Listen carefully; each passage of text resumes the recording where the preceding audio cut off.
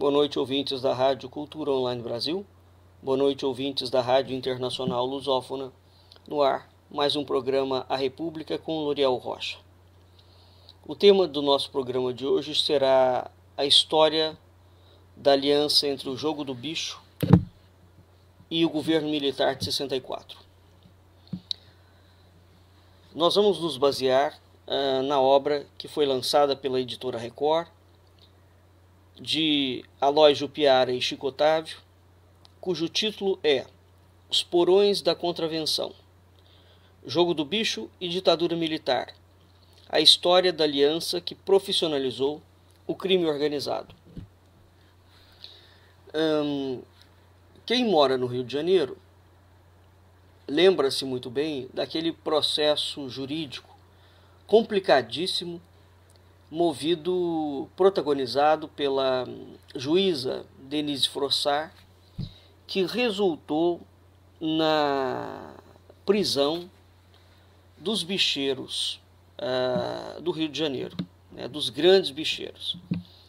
De fato, aquilo foi um golpe dentro do esquema, mas o jogo do bicho continua vivo e ativo, né? Essa obra lançada pela Record, do Otávio e do Jupiara, é uma obra interessante porque ele vai mostrar as ligações que vão se estabelecer entre uma versão de contravenção e de banditismo, é máfia mesmo, não é? E a ligação disso com o regime militar. O Rio de Janeiro, quem manda no Rio de Janeiro, o Rio de Janeiro tem um poder que não é o poder do Estado, portanto não é o poder do governador. É um poder de máfia mesmo, né? E esse poder de máfia, de fato, ele foi construído durante o regime militar e continua depois do regime militar. Ele se consolida. Quem manda no Rio de Janeiro é traficante ou é miliciano. Isso é um ponto passivo, né? Entretanto, são duas vertentes diferentes de ligação de uma máfia internacional com os bastidores do poder, né? Com bancos, com um esquema altamente impressionante. Bem, então o Otávio e o Jupiara vão contar um pouco dessa história. E esse livro é um livro importante porque eles trazem uma sequência de documentações inéditas a respeito dessa contravenção, não é? Isso num momento em que nós temos um regime militar, um governo militar novamente, que está apontando novamente para uma ditadura, de contorno claramente nazi-fascista, e isso não é um insulto, é um fato, é uma realidade. Há uma série de projetos de lei já aprovados, que apontam claramente para um fechamento de regime. Os saudosos do período militar, portanto os militares da ala frotista, são hoje aqueles militares que estão todos no poder, não é? Mandando dentro do Brasil e reeditando as loucuras e as barbaridades e a visão do exército para a condição da política nacional. Então o chamado Partido Militar voltou a atuar dentro do Brasil, e a atuação desse partido militar ao longo de toda a história política nacional sempre resultou numa tragédia absoluta, né? E essa tragédia vai acontecer novamente, né? Há todos os sinais para isso que estão indicando, não só no que diz respeito à economia, bem como no que diz respeito aos mecanismos de repressão, à incultura abissal e ao falso padrão de moralização que eles acham que tem e que tem o direito de impingir sobre a sociedade brasileira. Criou-se a falsa impressão, e é falsa mesmo, de que por ser militar não existe corrupção. Ora, mas é evidente que existe. A questão é que os corruptos dentro da polícia militar, dentro das Forças Armadas, nunca são julgados por uma vara comum, não é? E o volume dessa corrupção não chega aos olhos da população. Isso significa que a mídia, quando fala em corrupção dentro das forças policiais ou armadas, ela tem uma fala bastante restrita. Bem como a mídia também não fala de bancos. Isso é muito sintomático, não é? Não existe nenhum problema com o banco. E quando existe é porque aquilo é um banquinho menor. Ele não faz a menor diferença dentro do processo das oligarquias mafiosas que dirigem o Brasil, né? Bem, então, o jogo do bicho nasceu nas ruas do Rio no século XIX, em 1892. Portanto, já estávamos na República. E ele explorava a esperança da população pobre da cidade. De certa forma, dizem que ele começou inocente no jardim zoológico do Barão de Drummond, em Vila Isabel. Aconteceu no Barão de em Vila Isabel, com o Barão de Drummond, o primeiro sorteio, com 25 bichos, né? E deu avestruz. Tão logo isso aconteceu, o jogo ganhou as esquinas do Rio de Janeiro. Ficou famoso, prosperou, né? O poder público era um barão que estava envolvido nisso. O poder público, no primeiro momento, faz de conta que não está vendo. E quando aquele poder público dá-se conta do bicho, ele já tinha tido, já era tarde, já tinha alcançado um volume grande. À medida que o bicho foi crescendo, ele se infiltrou no aparelho do Estado, não é?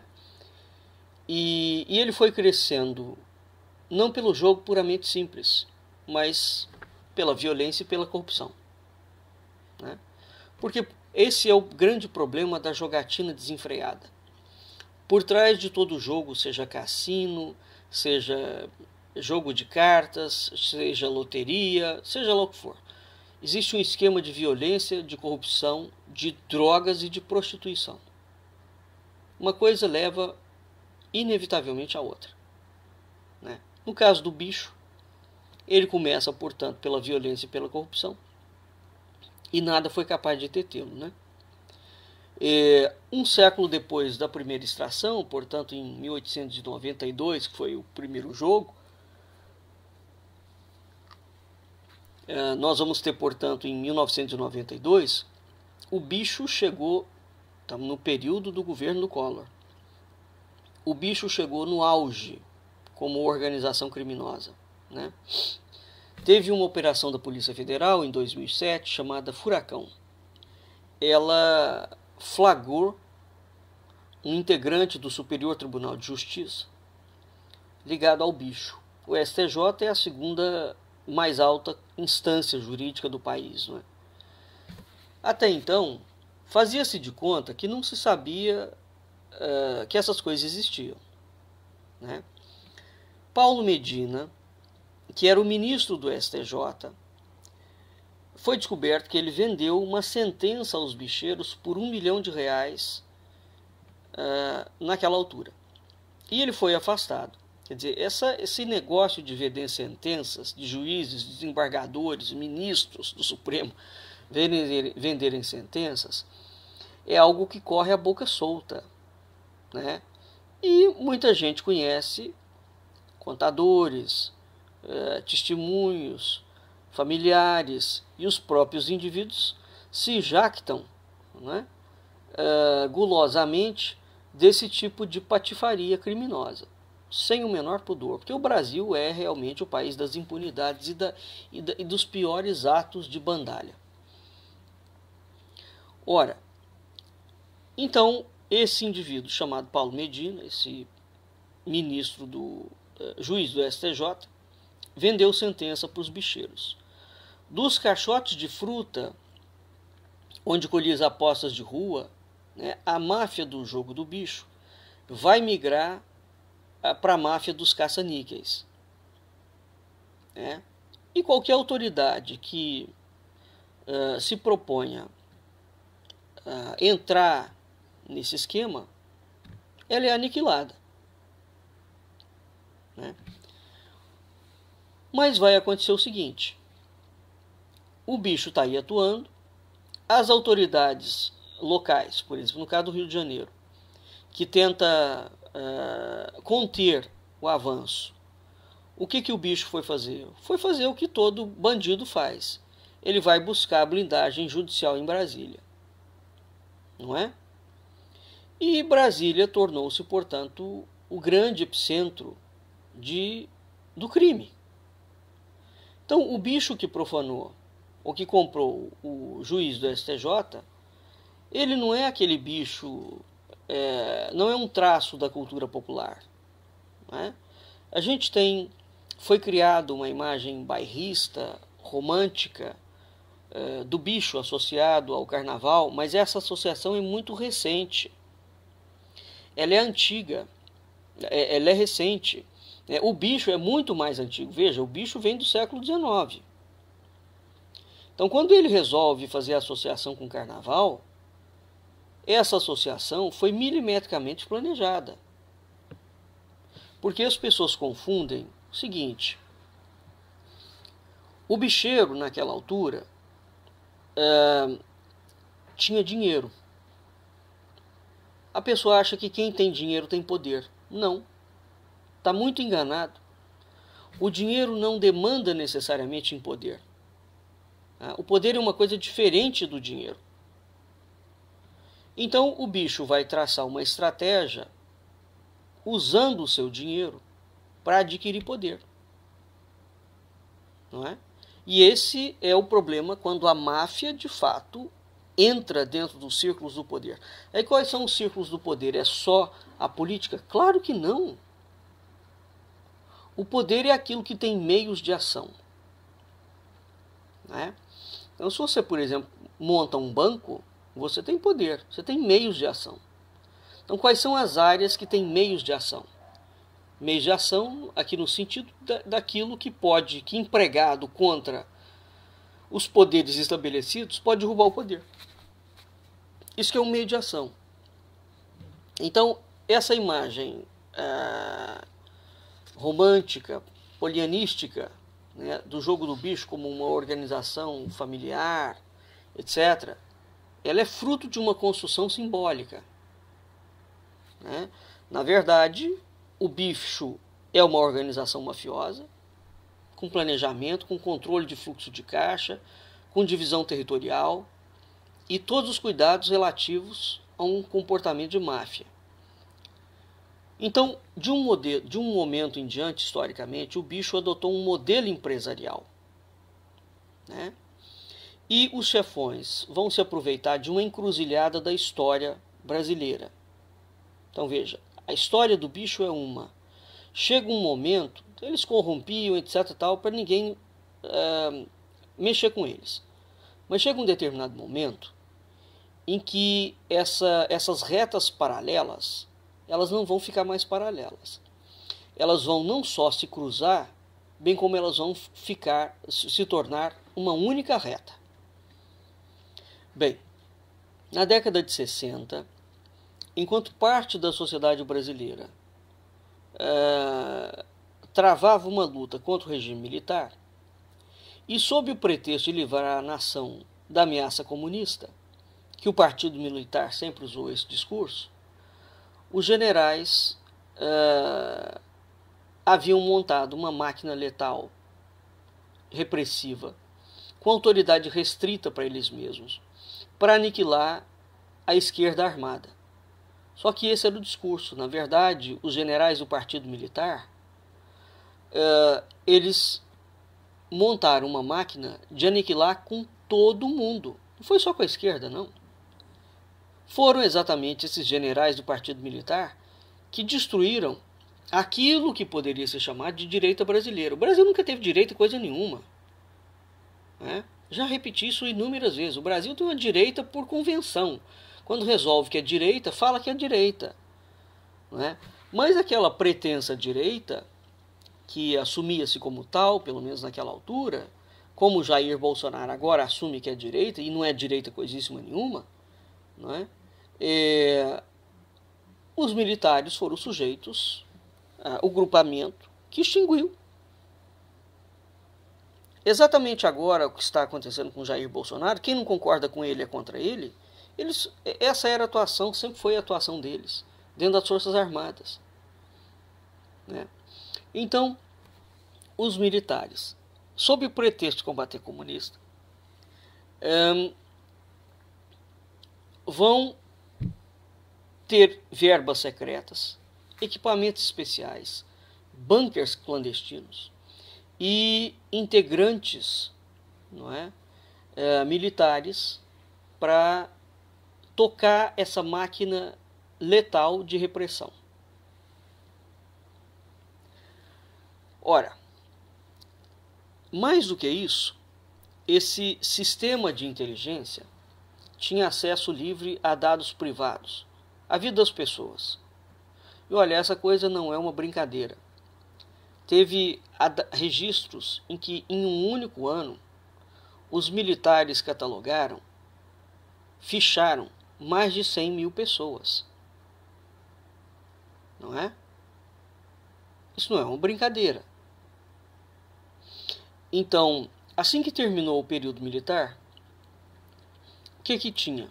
Os militares tinham montado um aparato de tortura, de assassinato, né? De fazer desaparecer os oponentes do regime militar. E com um detalhe, eles nunca deixaram abrir os arquivos do período militar. E alegam, o Vilas Boas foi um dos que contou essa mentira, e alegam que os arquivos sumiram. Quem deu sumiço? Se nenhum governo civil nunca botou a mão. Né? Entretanto, tem generais, como daquele que ficou famoso no evento do Rio Centro, que disse que os arquivos não sumiram coisíssima nenhuma, estão de posse do Exército. O Exército simplesmente não permite que ninguém chegue lá. É óbvio que não vai permitir. Porque no dia que isso permitir, as Forças Armadas vão ser colocadas no devido lugar dela. Não é? Ora, então, depois que terminou o regime militar, aonde tinha montado um aparato de repressão, de polícia secreta, equivalente e sofisticado como qualquer aparato russo, nazista, americano, etc., aquela gente que estava empregada ficou desempregada. Né? É público e notório que muitos militares não queriam que o regime militar acabasse. Entre eles o Silvio Frota, que é essa malta que está aí hoje governando o país, e os seus acólitos, os frotistas. Né? Tanto é que o Silvio Frota tenta dar um golpe no próprio presidente Geisel na altura. E o Frota usa que discurso? O Brasil está infestado de comunista e os militares ganham muito pouco. Então é preciso de fazer aumento aos militares e deixar os militares assumirem o poder. É exatamente o discurso do senhor Jair Bolsonaro, que é herdeiro frotista. Ué, mas os militares governaram o Brasil com 20 anos, por mais de 20 anos. Então quer dizer que os próprios militares não deram ouvido às necessidades das próprias Forças Armadas? Como é que explica essa situação? Não explica. Não explica. Bem, então o que vai acontecer? Essa gente que estava ali fica desempregada, porque o regime mudou. Né? Então eles voltam para dentro dos quartéis, aí vem aquela rotina que eles acham enfadonha, porque o Brasil não entra em guerra coisa nenhuma, porque nos Estados Unidos, os Estados Unidos se metem em guerra dia sim, no outro também. Então as Forças Armadas americanas têm o que fazer, porque eles ficam soltando bomba pelo mundo afora. Não é o caso das Forças Armadas brasileiras.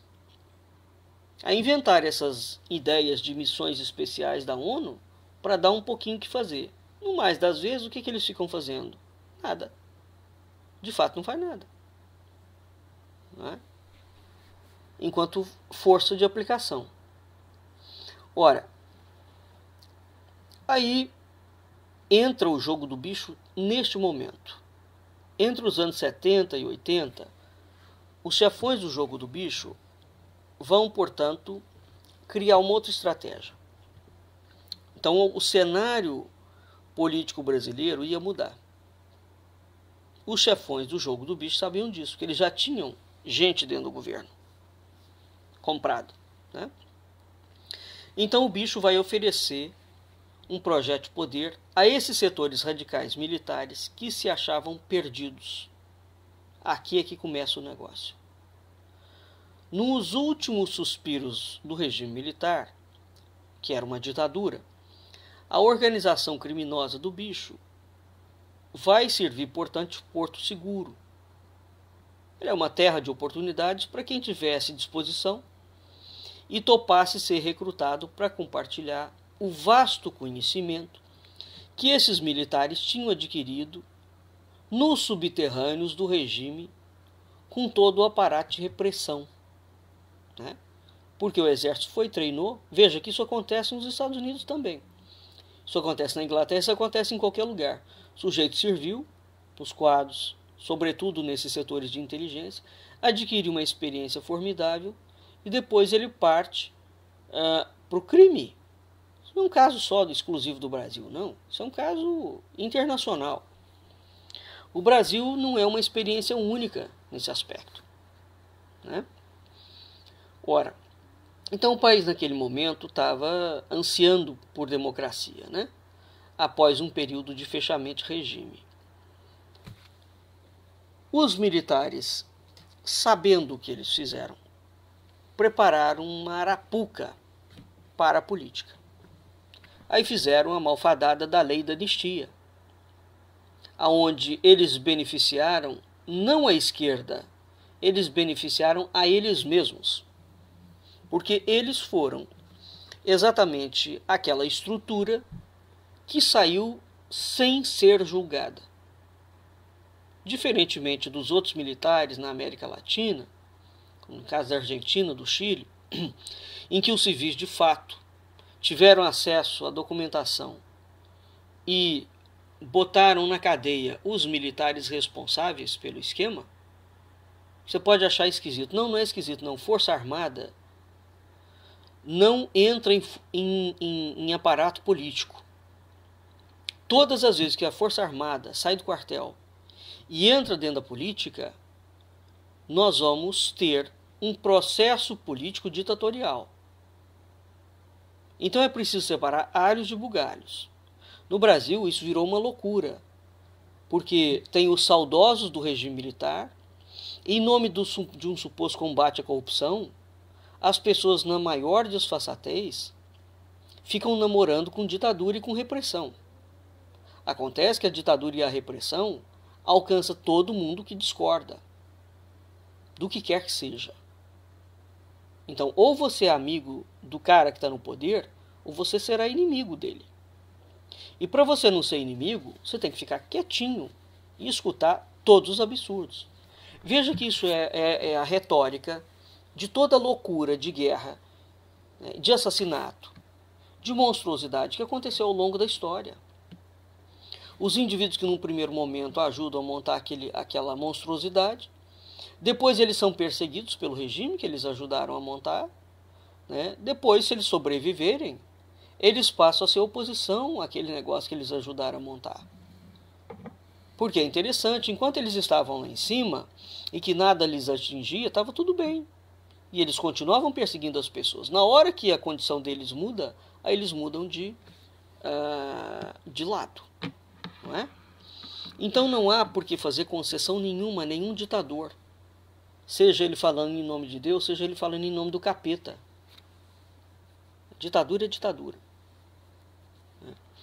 Então o povo, os políticos brasileiros, que o Brasil é um país de gente preguiçosa e superficial, né, em sua maioria política. O Brasil estava saindo de um regime opressor, fez concessões a esse regime e não se preparou para desmontar os porões da ditadura, né? Para os subterrâneos dela. Embora na América Latina outros países que emergiram das ditaduras, tivessem deixado ou culpabilizado parte dos seus agentes da repressão, ainda ficou muita gente à deriva daquele processo. Mas o que é preciso entender é o seguinte: é exatamente neste momento, em que você está saindo de um regime para outro, que esses militares e esses policiais foram cooptados pelas máfias locais do bicho. Aqui começou a parceria entre o bicho e os militares. A grande parceria, ela já estava vindo, né? Mas a grande parceria estabelece-se a partir disso. E isso foi o que explicou, o que mudou para sempre o perfil do crime organizado dentro do Rio de Janeiro. E essa é a razão pela qual, a partir deste momento, o Rio de Janeiro, depois, não consegue se recuperar mais. Porque o Rio de Janeiro vai sair da mão de bicheiro e ele vai partir para a mão de traficante. E hoje o Rio de Janeiro tem bicheiro e traficante, ao mesmo tempo. Você falar, não tinha traficante? Não tinha. Naquela época não tinha. Não tinha a quantidade de favela que tem? Também não tinha. As favelas começaram no período militar. Tá? Uma coisa é uma favela ou outra do século XIX, depois da abolição da escravatura. Não, o processo de favelização do Rio de Janeiro, de destruição do Rio de Janeiro ter se tornado um palco de um Estado dirigido por máfia que oscilam dentro dos governos estaduais, federais, municipais, isso foi a partir do regime militar. Tá? Então, o que os bichos tinham? Né? Um staff altamente capacitado, amparado nos pilares de hierarquia e de disciplina, aprendidos dentro dos quartéis, né? Então os militares trouxeram para dentro da máfia do jogo do bicho a estrutura e a organização militar. Com isso, o bicho diversificou, cresceu, colocou conhecimento de logística, trabalha com uma estrutura de Estado maior, tem uma administração financeira, tem divisão de trabalho, tem espionagem, tem tudo. E com isso eles moldaram o tamanho e a força de uma estrutura de facção criminosa que já tinha, naquela altura, um alcance nacional. Porque o bicho ultrapassa o Rio de Janeiro. Né? Então esse pelotão de agentes militares que migrou dos subterrâneos, dos cafundós do regime militar, especialista em torturar, em matar, em perseguir, em espionar, né? Eles foram parar nas fileiras do bicho. A partir desse momento, a brutalidade, a arapongagem, né, e a disciplina de guerra que os militares teoricamente falaram que estavam criando contra a esquerda. Teoricamente. Isso passou tudo para o bicho. Né? Então, os autores, o Jupiara e o Otávio, para mostrar esse esquema, eles recorreram a documentos de arquivos públicos e da Biblioteca do Exército, depoimentos de militares, de ex-agentes, ex-presos políticos, sambista, né? Porque num determinado momento, repito, o bicho entra no samba. Né? Historiador, cientista político, jornais, que é uma fonte secundária, né? Militares, generais, coronéis. Um deles, por exemplo, é o Paulo Malhães, Coronel Paulo Malhães, que foi um dos agentes mais brutais do período militar. Esse homem concedeu entrevista para eles, uma entrevista inédita, dando detalhes da sua própria experiência com o crime organizado. Não é? Então, os assassinatos do período vão misturar interesse militar e civil, envolvendo bicheiro e torturador, e aparato de espionagem. Né? O Rio teve centros consabidamente de tortura e de espionagem. A guarnição da 1ª Companhia de Polícia do Exército, na Vila Militar em Deodoro, foi a origem desse fenômeno. A gente tem o Destacamento de Operações de Informação, o DOI, da Rua Barão de Mesquita, na Tijuca, e tem a Casa da Morte, que é o aparelho montado pelo Centro de Informação do Exército em Petrópolis. Esses 2 lugares clássicos, eles foram incubadoras de capangas da contravenção. Tá? Eram usados pelos militares e depois o bicho entrou. Ora, então esse episódio da ligação do bicho com o regime militar, essa obra traz uma dimensão inédita porque eles trouxeram fontes e documentos. Então, a gente tem, portanto, de um histórico do século XIX, né, com o Barão de Drummond. A partir de 85, essa história vai, portanto, da redemocratização, a história do jogo do bicho vai adquirir uma outra dimensão. Enquanto a sociedade estava comemorando, digamos, o regime civil,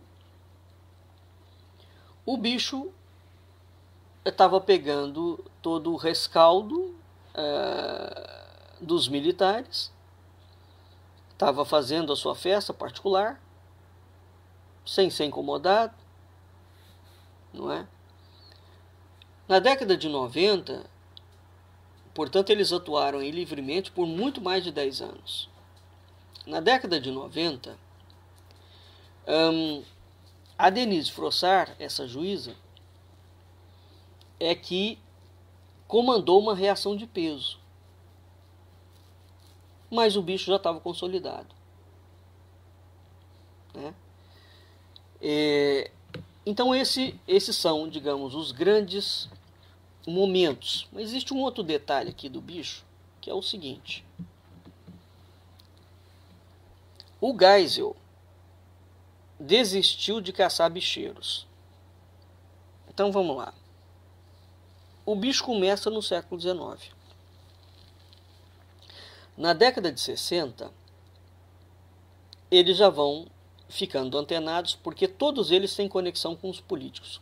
Porque a conexão começa com a política, começa no século XIX, com o Barão de Drummond. Eles não criaram essa conexão a partir de 60. Ora,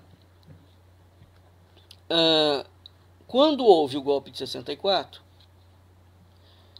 os militares, alguns anos depois, decretam o AI-5. Né? Então, os militares iniciam uma repressão contra o bicho. Essa repressão vai durar menos de 10 anos. Por que eles iniciam uma repressão contra o bicho? Porque eles têm aquela mania de serem os grandes arautos da moralidade brasileira. Né? Foi com a criação da Comissão Geral de Investigações, a CGI, que a luta contra a contravenção entrou oficialmente no cotidiano do regime militar. E veja, então o bicho, enquanto eles diziam que estavam caçando comunistas, os militares, eles incluem o bicho aqui. Então começa a haver uma série de investigação sobre corrupção, resultando no confisco de bens de enriquecimento ilícito. Por que eles fizeram isso? Repito, que o ideário moralizante que os militares diziam defender com o golpe de 64, né, começou a avançar para as fileiras do bicho. E não foi só no bicho, não. Eles avançaram para cima de todo mundo. É aquela coisa, como o comunista não tem moral, eu vou obrigar o comunista a ter moral. Não. A política não tem que se meter com moral, coisa nenhuma. Nem com religião. Isso é um terreno perigosíssimo. E essa história bandida está se repetindo agora de novo com esse governo maçônico-militar. Fraudulento. Que deu um golpe de Estado Branco para assumir o poder. Golpe de Estado Branco que foi urdido e preparado por esses herdeiros de Silvio Frota. Aquele sujeito que quis dar um golpe militar no próprio presidente militar, que foi o Ernesto Geisel. Em janeiro de 69, o AI 42, o Ato Complementar 42, ampliou as atribuições do CGI, que é a Comissão Geral de Investigação. Então, a partir desse momento, a comissão, que era presidida pelo ministro da Justiça, na verdade era um tribunal de exceção, não tinha justiça nenhuma ali. Essa CGI estava autorizada a fazer investigação para combater jogo de azar, prostituição, tráfico de drogas, etc, etc. Veja que tudo aquilo que se fala hoje, já naquela altura se falava. Então qualquer cidadão, e não apenas servidores públicos, podiam ser alvo de investigação dessa CGI. Tá? E eles foram ampliando o leque. Então, ainda que o presidente da comissão fosse o ministro da Justiça, que era um ministro fake, era um ventríloco, as operações eram conduzidas por militares que vão articular os instrumentos de arapongagem do governo, como o Serviço Nacional de Informação, o SNI. Né? Então, esse aparato repressivo e de arapongagem montado pelos militares, juntamente com o aparelho policial estadual, insetou uma lavagem de repressão, né, e de espionagem em todos os campos da vida social brasileira. Ora, com os aparelhos policiais estaduais mais vulneráveis à corrupção pelo jogo, então, enquanto os militares, uma parte estava ali fazendo um negócio, o bicho e outros setores, prostituição, tráfico, estava corrompendo todo mundo. Naquele momento, a corrupção era para não ser pego. E alguns casos aí de sentença e para facilitar a vida deles. Né? Ora, existe um relatório de 1974 que os autores fazem menção a ele, que diz que até aquela data a CGI tinha recebido por volta de 2.000 processos sobre o jogo do bicho, enviado pelos governos estaduais, espalhados pelo Brasil inteiro. Né? Mas isso não significa que esses casos tenham sido investigados. Então, apesar de autorizado abrir as investigações, evidentemente o ministro da Justiça era o cara que ia orientar a forma de conduzir. Né?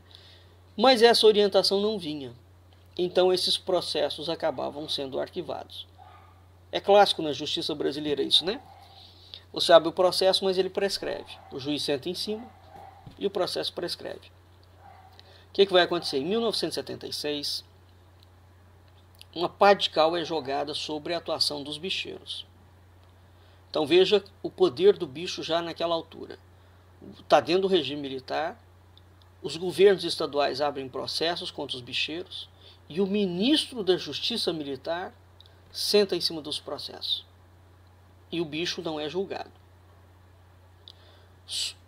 O ministro da Justiça, do Geisel, Armando Falcão, sob orientação do Geisel, determinou que o combate ao bicho era atribuição das polícias estaduais e não da CGI. Essa é a pá de cal que é definitivamente jogada para a liberação do bicho. Então existe um ofício, o ofício G/8201B de 16 de dezembro de 1976, de Armando Falcão, para o vice-presidente da comissão, o general Luiz Serf Schellmann. Este documento é o documento que sela, portanto, a decisão do governo militar. O documento é uma resposta a uma consulta da Secretaria de Segurança do Estado do Rio de Janeiro, se a Secretaria podia ou não receber ajuda da CGI na repressão ao bicho. Então o governo militar fala que não pode receber ajuda. E os estados foram, portanto, abandonados pelo governo federal. Cada estado que lidasse com o seu bicho. Por que Geisel fez isso? Porque ele é democrático? Claro que não. Aqui já entra a grande manobra. Né? O juiz Armando Falcão argumenta que a natureza especialmente policial do combate ao bicho não cabe ao executivo. Portanto, cabe às polícias locais. Ora, aí a alegação parte para o absurdo, que é o seguinte: o juiz argumenta que uma das razões é porque o governo militar não pretende atingir aquela gente pobre que vive do bicho, né? Mas os banqueiros, os donos das fortalezas. Geisel tomou essa iniciativa porque já estava em vista o processo de abertura política e o processo de extinção dos órgãos de natureza de arapongagem, como a CGI. Né? Então, ele não podia continuar com aquele negócio aberto. Então, na década de 70, o regime militar vai tentar combater o jogo do bicho. Né? Ou vai deixar essa tarefa à polícia estadual. Ao mesmo tempo, tanto os bicheiros quanto os militares vão começar a mover-se para mudar a forma como eles eram vistos pela sociedade. Sobretudo os bicheiros. Os bicheiros, Castor de Andrade é o mais conhecido deles, né? Os bicheiros queriam ser aceitos pela sociedade. Eles queriam ser recebidos por personalidade, respeitados como empresário, como gente do bem. E é aqui que os bicheiros, portanto, durante o período militar, começam a investir nas escolas de samba. Não é? As escolas de samba atraíam muito turista, muita mídia, atraía a classe média, atraía a classe artística, atraía os grandes figurões da política.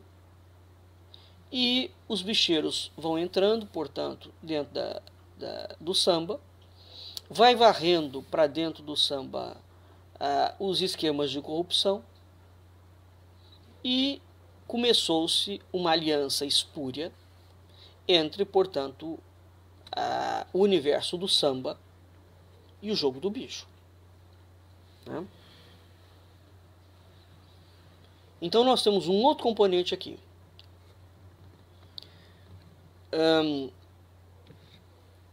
Na década de 70, portanto, o Castor de Andrade vai chegar à mocidade de Padre Miguel, que é uma comunidade da Vila Vintém.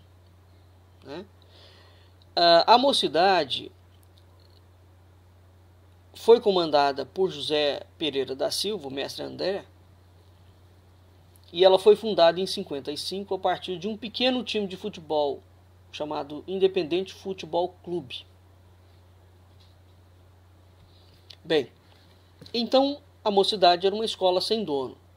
A história do bicho começa ali, tem uma ligação com a mocidade. O Castor de Andrade entra dentro da mocidade. Há diferentes versões que vão apontar como é que o Castor chega ali. Uma dessas versões, a mais difundida, eles dizem que Olímpio Correia, o chamado de codinome o Gaúcho, né, que era ex-presidente da escola da mocidade, é que vai convidar o bicheiro. Outra vai contar que o Castor de Andrade vai se aproximar da mocidade devido a Ivanoí Ferreira da Silva, que era o destaque da agremiação, que conhecia a mulher do bicheiro, Vilma, porque era frequentadora do salão de cabeleireiro dela. Depois a Ivanoí passou a desfilar no Império Serrano, mas depois ela volta para a mocidade. Então, é aquilo que eu falei anteriormente. O bicheiro tinha dinheiro, mas ele não tinha nem prestígio nem poder. Então, até a década de 70, 80, os bicheiros têm grana, mas não têm poder. É preciso diferenciar isto, porque isto é o grande elemento que faz com que as pessoas tenham uma leitura muito errada da política. Todo rico é poderoso? Não. Tanto não é que, historicamente, por exemplo, você tem ricos que são poderosos e eles usam do poder que eles têm para matar e aniquilar outros ricos. E você tem indivíduos que nunca foram ricos, mas tomam o poder e, a partir do poder que tem meios de ação, não é? A partir do poder, da tomada do poder, eles começam a matar gente rica e a matar gente pobre. Então é preciso distinguir o dinheiro do poder. Dinheiro caminha sempre com poder? Não, não e não. Então os bicheiros, aproveitando o cenário do período militar, começam, portanto, a traçar essa estratégia. Veja que eles vão para uma área cultural, né, as escolas de samba, que dá muita visibilidade. As escolas tomam conta dos morros, né, porque depois que os bicheiros saíram dos morros, quem tomou conta foi o tráfico e a milícia. Hoje o Rio de Janeiro, portanto, tem esses três setores: o bicheiro, o tráfico e a milícia. É difícil separar quem manda onde, né? De modo que os bicheiros vão entrar, seja como for, independentemente da versão que se dê para o carnaval. A partir da década de 70 é que o bicho entra de fato, né, como um esquema de contravenção que vai tomando conta do carnaval. Tá? E evidentemente que uma série de crimes se abre nesse aspecto. As comunidades, os bicheiros que mandavam nas comunidades,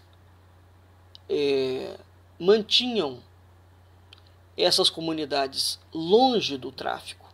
Isso é um fato que merece destaque, né, e protegidas. E quando a Denise Frossard começa, portanto, a perseguir os bicheiros, o tráfico vai subindo o morro, né? Mas não tem nenhum bonzinho aqui, é gangue, é tudo bandidagem. Vai ter um outro aspecto do bicho, já envolvido com militares, com políticos, onde eles vão estabelecer uma conexão com a máfia italiana mesmo, né? O Castor de Andrade, que era um dos bicheiros mais famosos, tinha um negócio baseado em aposta feita nas esquinas. Portanto, por mais bem sucedido que ele seja, o negócio não é muito lucrativo. Dá um lucro, pero não muito, não é?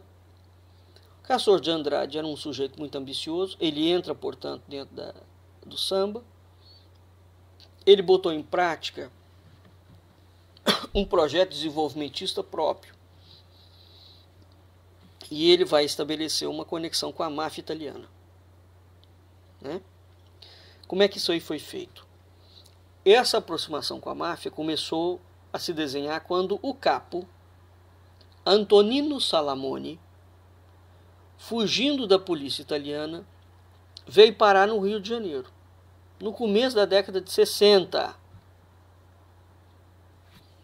Quem relatou isso foi o juiz Walter Maierovich, que foi o titular da Secretaria Nacional Antidrogas no governo do Fernando Henrique Cardoso.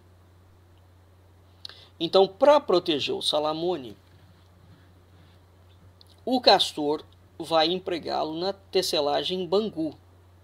Uma fachada, evidentemente. Na verdade, o Salamone se estabeleceu em São Paulo, que é o grande centro financeiro do país, não é? Então, aproveitando-se dessas ligações pessoais, o Castor, né, que ele tinha com o regime militar construído ao longo dos anos 70, o Castor de Andrade conseguiu influenciar o governo a ponto do governo dar cidadania brasileira para um foragido da justiça italiana. E quem deu cidadania? O governo militar do Geisel. O ministro da Justiça dele, o Armando Falcão, aquele que sentou em cima dos processos e deixou vencer todos. Ora, o sujeito, o capo italiano, o mafioso italiano, o Salamone, o Antônio Salamone, não podia nunca ter obtido a cidadania, porque ele cumpria pena quando fugiu para o Brasil. Portanto, havia um mandado de prisão internacional e os seus processos já tinham transitado em julgado. Isso é a afirmação do Maierovich, que estudou os métodos de organizações criminosas. O Salamone, evidentemente, vai saber reconhecer o apoio recebido, junta-se com o Castor de Andrade. Então, aqui há a conexão. Veja o tentáculo. Uma conexão do bicho com a máfia e com os militares. Então, nos anos 80, as chamadas máquinas de jogos do azar vão chegar e se espalhar pelo país. Então, a gente tem uma conexão italiana, uma conexão eletrônica,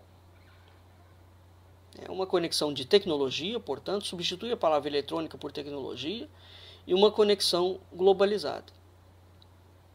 É a partir, portanto, da década de 80, 70, 80, que o jogo do bicho primitivo, né, aquele jogo do bicho ingênuo, desaparece.